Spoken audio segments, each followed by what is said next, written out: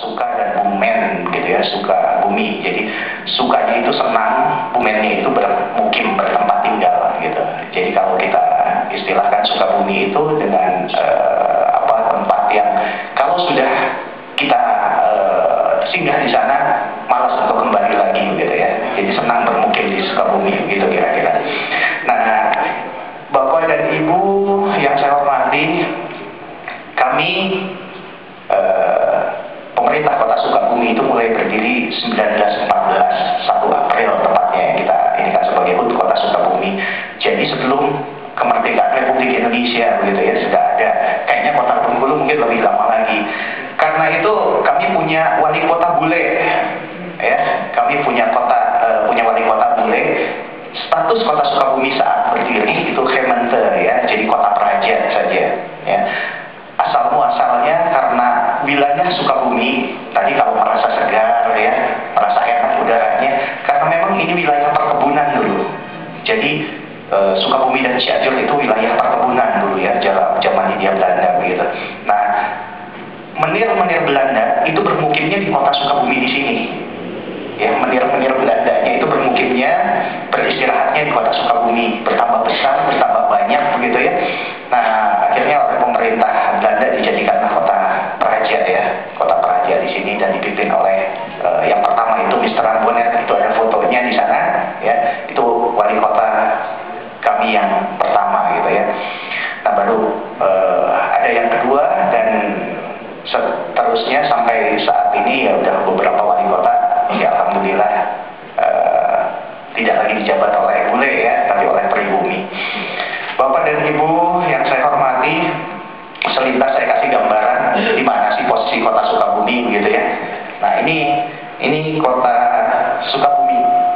Ini ada di sini Pak, kota Sukabumi ya. Ini DKI Jakarta, ini Bandung Raya begitu.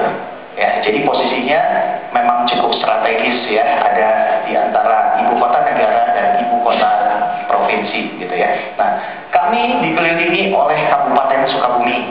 Kabupaten Sukabumi itu kabupaten terluas di Pulau Jawa, Bali ya, dengan segala sumber daya alamnya yang luar biasa. Mereka punya gunung ya, kalau Bapak lihat ada Gunung Pangrango begitu ya. Nah, itu Kabupaten Sukabumi. Mereka juga punya pantai di sini, ada Pelabuhan Ratu. Mungkin Bapak dan Ibu pernah dengar Pelabuhan Ratu.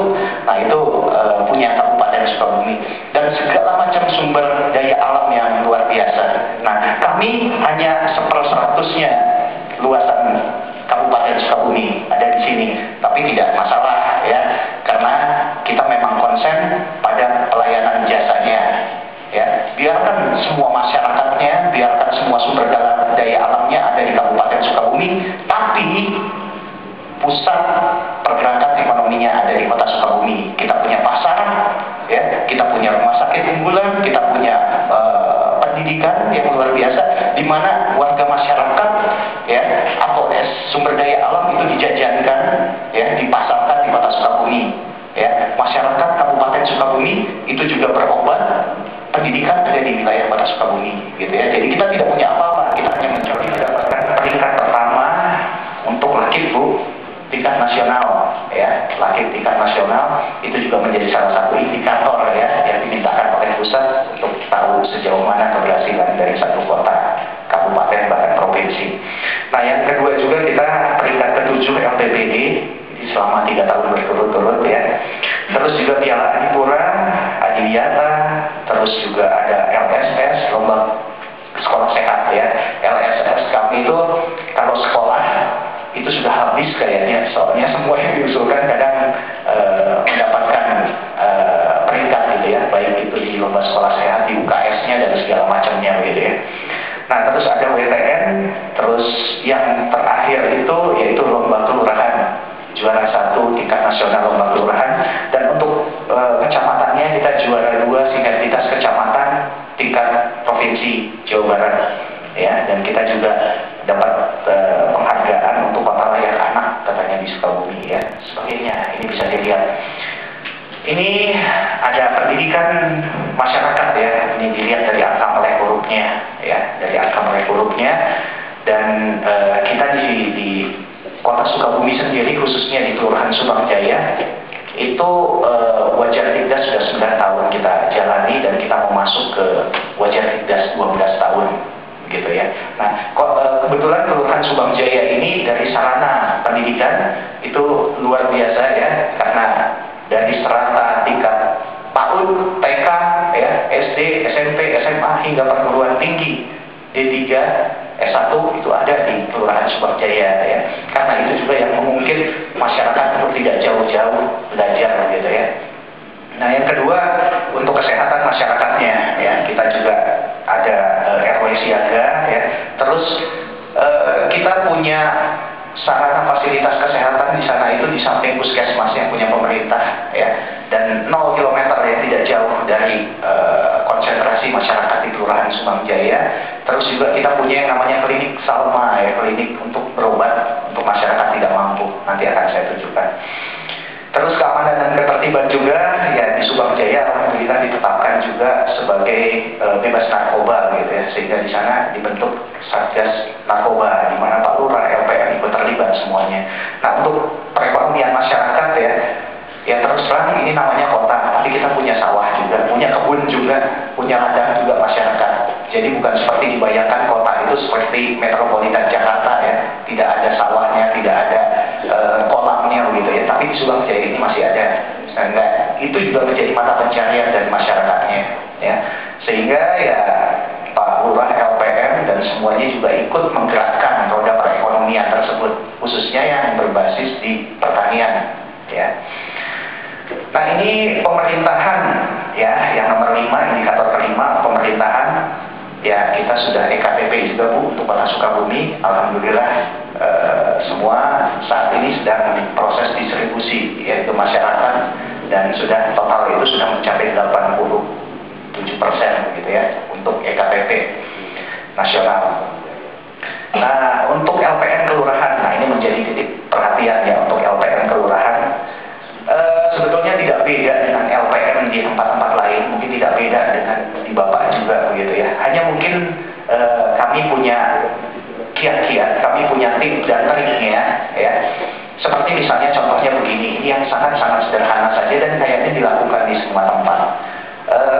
Pak Wali Kota kami, pimpinan kami itu memberikan dana hibah misalnya kepada masyarakat dengan melihat terlebih dahulu kemampuan masyarakat dari mulai merencanakan, melaksanakan pembangunan sampai melakukan evaluasi.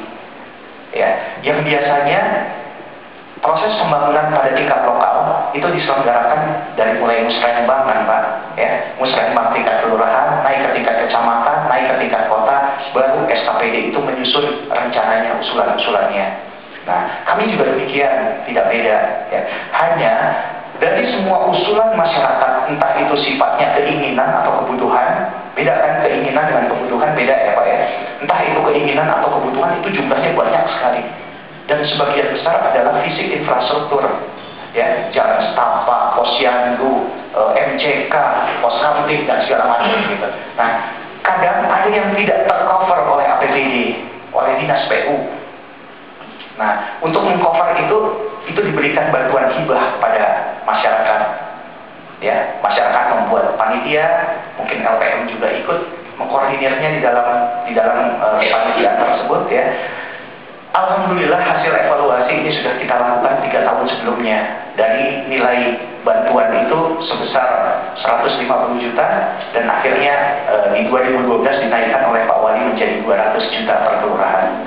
Ternyata hasilnya cukup membanggakan begitu. Rata-rata dari 33 kelurahan nilai 150 juta itu kalau diekuivalenkan dengan rupiah ya, barang yang dikerjakan ya, bantuan dari masyarakat swadayanya itu bisa mencapai hampir 300-400% kenaikannya. Dari 150 itu nilai totalnya satu kelurahan itu bisa mencapai 300 juta, bisa 500 juta, bahkan ada yang mencapai kayak Subang Jaya 1 miliaran lebih begitu ya.